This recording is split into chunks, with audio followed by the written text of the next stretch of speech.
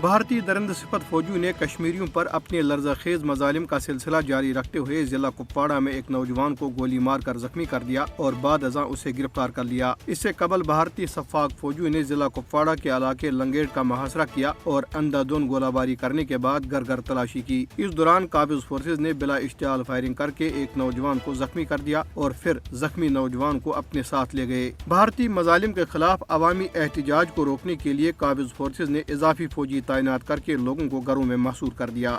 سری نگر اور دیگر علاقوں میں پوسٹر چسپاں کیے گئے ہیں جن میں لوگوں سے کہا گیا ہے کہ وہ بھارتیہ جنتا پارٹی RSS اور ان کے حامیوں سے دور رہیں۔ یہ پوسٹر کشمیر بچاؤ movement, students and youth forum اور دیگر آزادی پسند گروپوں کی طرف سے چسپاں کیے گئے ہیں۔ پوسٹروں میں تحریر ہے کہ ہندوتوا سے متاثر BJP اور اس کے ساتھیوں کی حمایت کرنا کشمیر کے ساتھ غداری کے مترادف ہے۔ یہ متحد ہو کر بھارتی قبضے کے خلاف آواز اٹھانے کا وقت ہے۔ پوسٹروں میں لوگوں پر زور دیا گیا ہے کہ وہ ہندوتوا، BJP اور اس کے ساتھیوں کو جموں کشمیر سے باہر پھینک دیں اور مودی کی زیر قیادت پھسطائی بھارتی حکومت مسلم اکثریتی جموں کشمیر میں آبادی کا تناسب تبدیل اور بین الاقوامی برادری کو علاقے کی اصل زمینی صورتحال کے بارے میں گمراہ کر رہی ہے۔ کل جماعتی حریت کانفرنس نے عالمی برادری پر زور دیا ہے کہ وہ مقبوضہ علاقے کی سنگین صورتحال کا فوری نوٹس لے جہاں لوگ مسلسل بھارتی بندوقوں کے سائے تلے جہنم جیسی زندگی بسر کرنے پر مجبور ہیں۔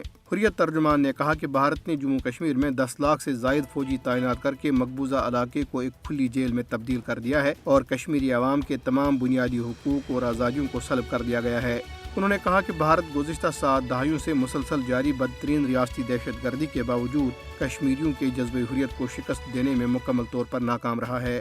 انہوں نے اقوام متحدہ کے سیکرٹری جنرل سے اپیل کی کہ وہ تنازع کشمیر کو کشمیری عوام کی خواہشات کے مطابق حل کرنے کے لیے اقدامات کریں تاکہ نہتے کشمیریوں کو درپیش مشکلات کو کم کیا جا سکے۔ بھارتی ریاست بہار میں ایک بڑے دھماکے میں کم از کم 10 افراد ہلاک اور 9 زخمی ہو گئے۔ ریاست کے ضلع باگلپور میں ایک گھر میں دھماکے سے ایک بچے سمیت 10 افراد ہلاک اور 9 زخمی ہو گئے۔ دھماکہ اتنا شدید تھا کہ اس کی گونج دور دور تک سنی گئی۔ حکام کے مطابق گھر میں غیر قانونی طور پر پٹاخے بنائے جا رہے تھے۔ بھارتی ریاست کرناٹک میں ہندو انتہا پسندوں کی طرف سے ایک درگاہ میں پوجا کا اہتمام کرنے کی مذموم کوشش کے بعد پولیس نے مجرموں کو گرفتار کرنے کے بجائے 150 سے زائد مسلمانوں کو گرفتار کر لیا ہے۔